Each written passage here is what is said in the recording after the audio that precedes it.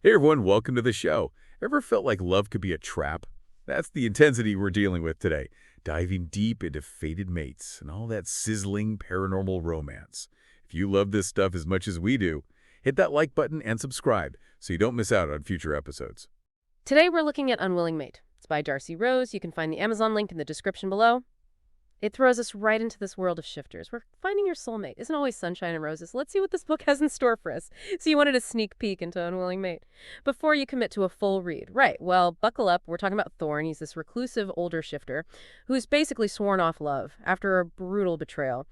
And then he meets Abigail. She's this young human woman with a past so traumatic she hasn't spoken a word in years. What's immediately captivating is how the author uses Abigail's inability to speak as a symbol of her powerlessness. It adds this whole other layer to the fated mate trope. And it gets even more complicated.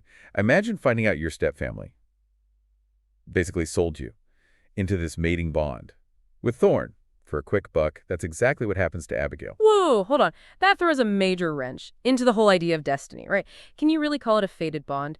If one person's consent is completely absent, what does that say about choice versus destiny? Now here's where the author gets clever.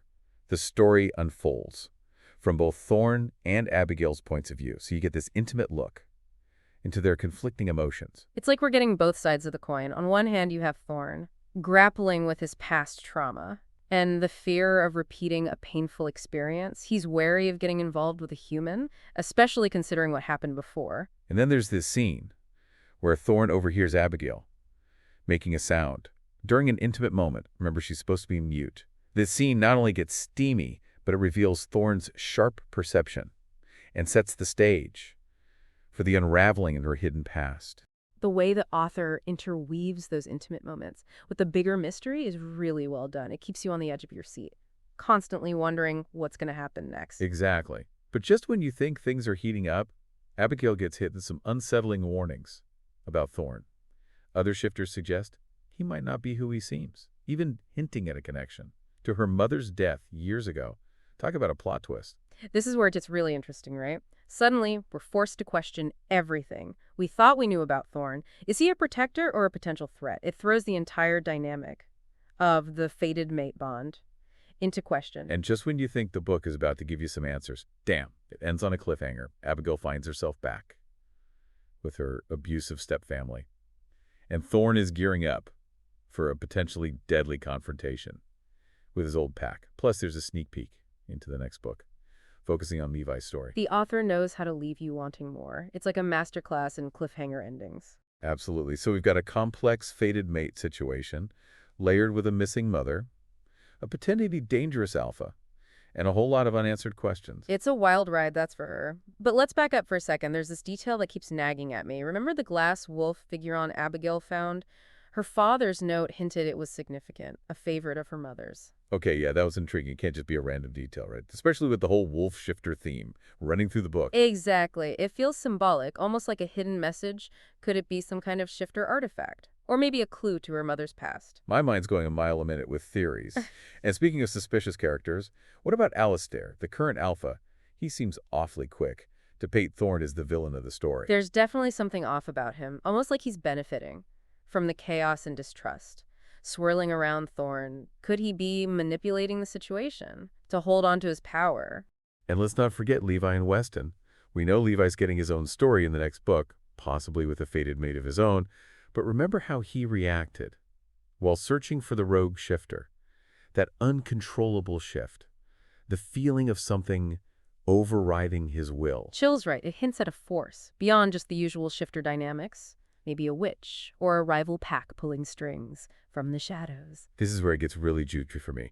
If there's this external force messing with everyone's destinies, it throws the whole fated mate concept into a whole new light. It makes you question how much of our lives are truly our own choices and how much is predetermined. That's the core tension the author is playing with, isn't it? We're drawn to the idea of destiny, of finding that one perfect match. But what happens when that destiny is manipulated or forced upon us? Exactly. Unwilling Mate isn't just a romance. It's a thriller, a mystery, a commentary on free will versus fate. And it leaves you with this unsettling question.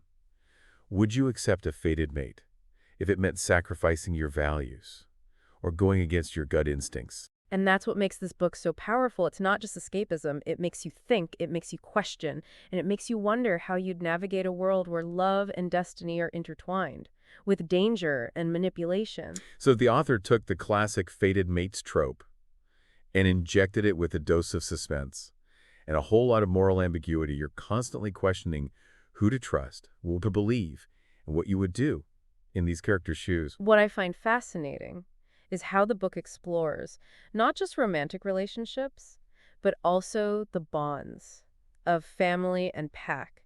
You have Abigail caught between her blood family and the potential of a new family, with Thorn and his pack, and Thorn facing betrayal from his former packmates, has to grapple with the complexities of loyalty and forgiveness. And let's not forget that cliffhanger ending.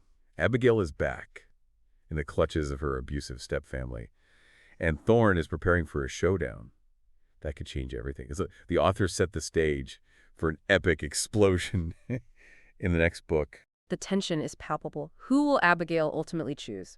Bud or Bond? And can Thorn protect her, clear his name, and reclaim his rightful place as Alpha? I'm already dying to get my hands on the next book. Darcy Rose has woven a world that is both captivating and unsettling, forcing us to confront difficult questions about love, power, and the choices we make. So for our listener, who was initially hesitant about Unwilling Mate, would you say it's worth the read? Absolutely. If you're looking for a paranormal romance that goes beyond the typical love story, this book is a must-read. Be prepared for a wild ride, filled with mystery, suspense, and some serious emotional turmoil. It's not just a romance, it's a deep dive into the darker side of fated mates, where love and danger are constantly intertwined. It makes you think, feel, and question everything. Well said. Before we wrap up, I want to leave you with one final thought. Imagine living in a world where fated mates are real. Would you embrace the bond, even if it meant challenging your beliefs or facing unforeseen dangers? Or would you resist, even if it meant potentially losing the one person destined for you? That's a powerful question to ponder. Maybe exploring this fictional world can help us navigate the complexities of our own relationships and the choices we make in the name of love. Thanks for joining us on this deep dive into Unwilling Mate. We'd love to hear your thoughts. What resonated with you the most? Share your favorite moments and theories in the comments below. And don't forget to like and subscribe for more deep dives into the world of books and beyond. Until next time, happy reading.